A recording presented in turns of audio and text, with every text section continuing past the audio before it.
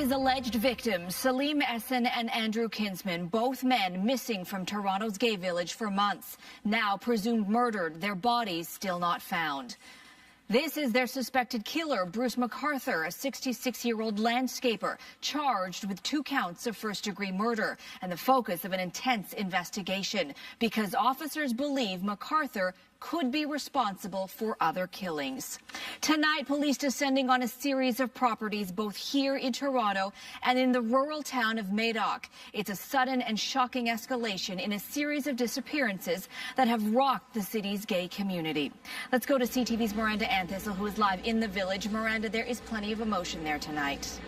That's right, Zoraida. There's relief, but also anger at how long it took to connect these 2 missing persons cases together, and they're part of a larger investigation dubbed Project Prism.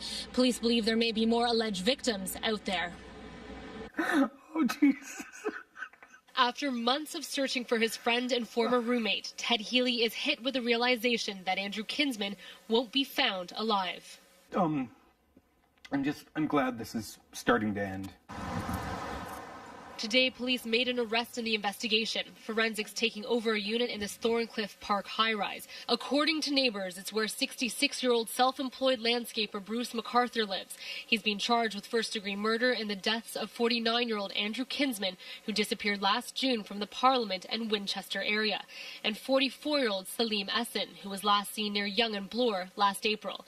Neither of their bodies have been found. I'm well aware of the difficulty of prosecuting people without recovering the bodies, but in this case, we believe we have strong enough evidence where we can do exactly that. Police say both McArthur and his alleged victims were on dating websites. One of McArthur's profiles reads, "Just here to see what's out there and maybe make a few new friends. I can be a bit shy until I get to know you, but I'm a romantic at heart." He did have a relationship with Mr. Kinsman for some time. We don't know what his exact relationship with Mr. Esen was leading up to the murder. As day turns tonight in the village, there's a sense of relief. Well, that's reassuring.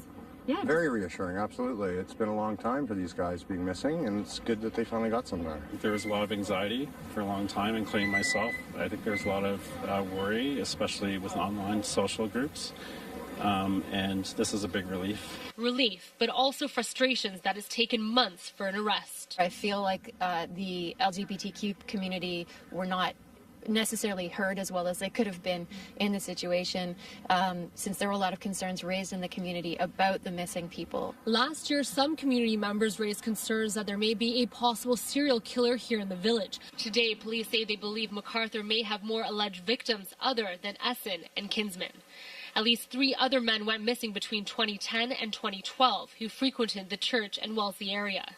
We are aware of the other missing men from the village, and we're trying to identify whether they may become victim to Mr. McArthur as well. A lot of people in the community feel that they're not supported or by the Toronto police, and it's just good to see that action is finally being taken. Still more questions than answers in the investigation, but there's some comfort in McArthur's arrest.